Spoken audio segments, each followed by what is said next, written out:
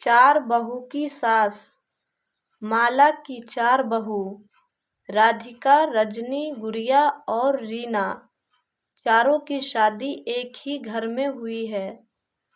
चारों की सास माला जी बहुत समझदार और शरीफ औरत है और चारों बेटों की शादी के बाद माला की सिर्फ एक ही काम रह गया है कि चारों बहू का प्यार कैसे बढ़ाया जाए। एक दिन माला के घर उसकी पड़ोसी आई।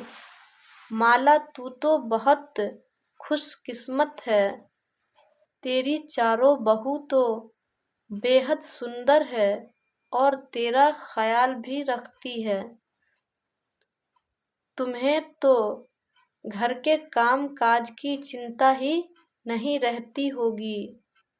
माला बोली, नहीं बहन, मुझे तो यही चिंता लगी रहती है, कहीं इन चारों में लड़ाई ना हो जाए। जब भी मुझे लगता है इन चारों में बहस होने वाली है तो मैं बात को संभाल लेती हूँ।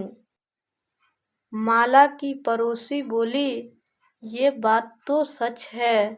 माला, दुनिया सोचती है कि बहू आ जाने से घर में खुशियाँ आ जाती है, पर ये भी सच है, घर में बहू आ जाने से सास के लिए जिम्मेदारी भी आ जाती है।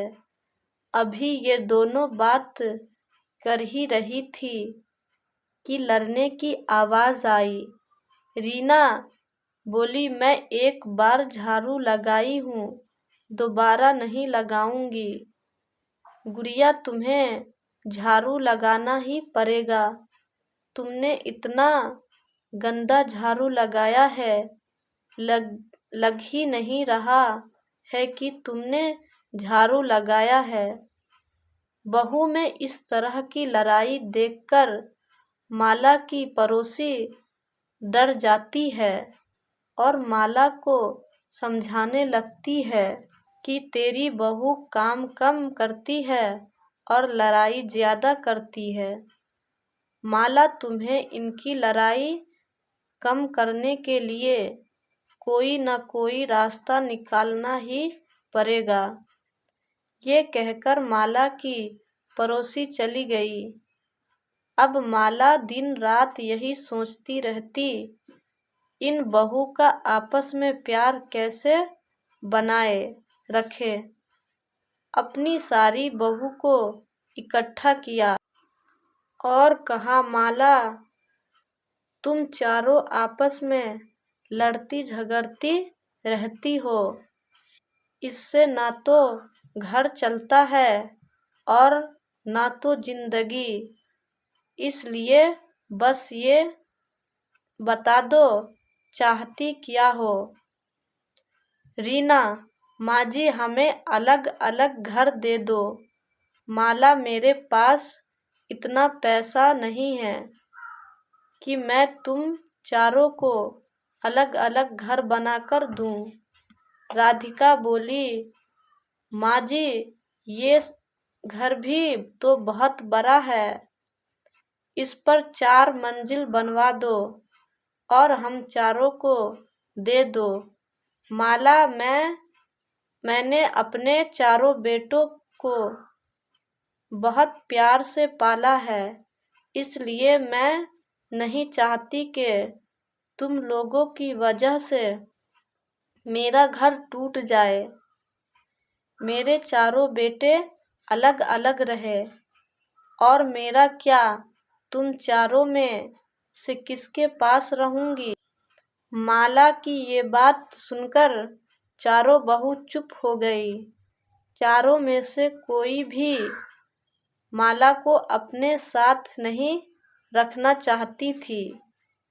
माला ने अपनी बहू को कुछ देर देखा और बोली, तुम चारों को अपने बेटे भी दिए और घर भी दे दूं, मगर तुम चारों में से कोई भी मुझे अपने साथ नहीं रखना चाहती।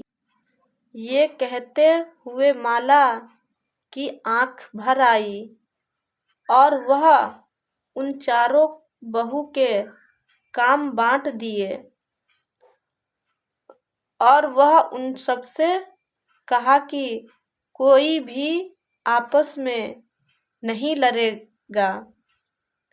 लेकिन उनकी बहू भी कहाँ मानने वाली थी। चारों आपस में लड़ती तो नहीं थी, पर एक दूसरे की चुगली करने लगी थी। एक दिन राधिका और रजनी अपनी सास से कहा, माँ जी, रीना अभी तक सो रही है, न घर में झाड़ू लगाई न पोछा। रजनी बोली, माँ जी, आपने लड़ने के लिए मना किया है, इसलिए रीना को मैं कुछ नहीं कहती हूँ। वह आज ही बाजार जाकर अपने लिए 3 साड़ियाँ लाई है और आपके लिए एक भी साड़ियाँ नहीं लाई है। राधिका और रजनी अपनी सास से चुगलखोरी करके चली गई। अब गुड़िया और रीना की बारी थी। रीना बोली, माँ जी, आपने राधिका को सर पर चढ़ा रखा है। वो हमेशा सब्जी जला देती है और आपके बेटे भी बोल रहे थे कि राधिका सब्जी अच्छी नहीं बनाती है, हमेशा सब्जी को जला देती है। गुड़िया बोली, माँ जी, रजनी सबके कपड़े धोई और मेरे कपड़े नहीं धोई।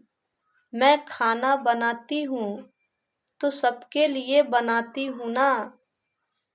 किसी दिन उसके लिए खाना ना बनाऊँ तो उसे कैसा लगेगा। माला सारी बहू की बातें सुनती और सर पकड़कर बैठ जाती। इसी तरह दिन बीतते रहे। जब बहू को लगा कि माँ जी हमें घर बनाकर नहीं देगी, तो चारों बहू ने अपने अपने पति को भड़काना शुरू कर दिया।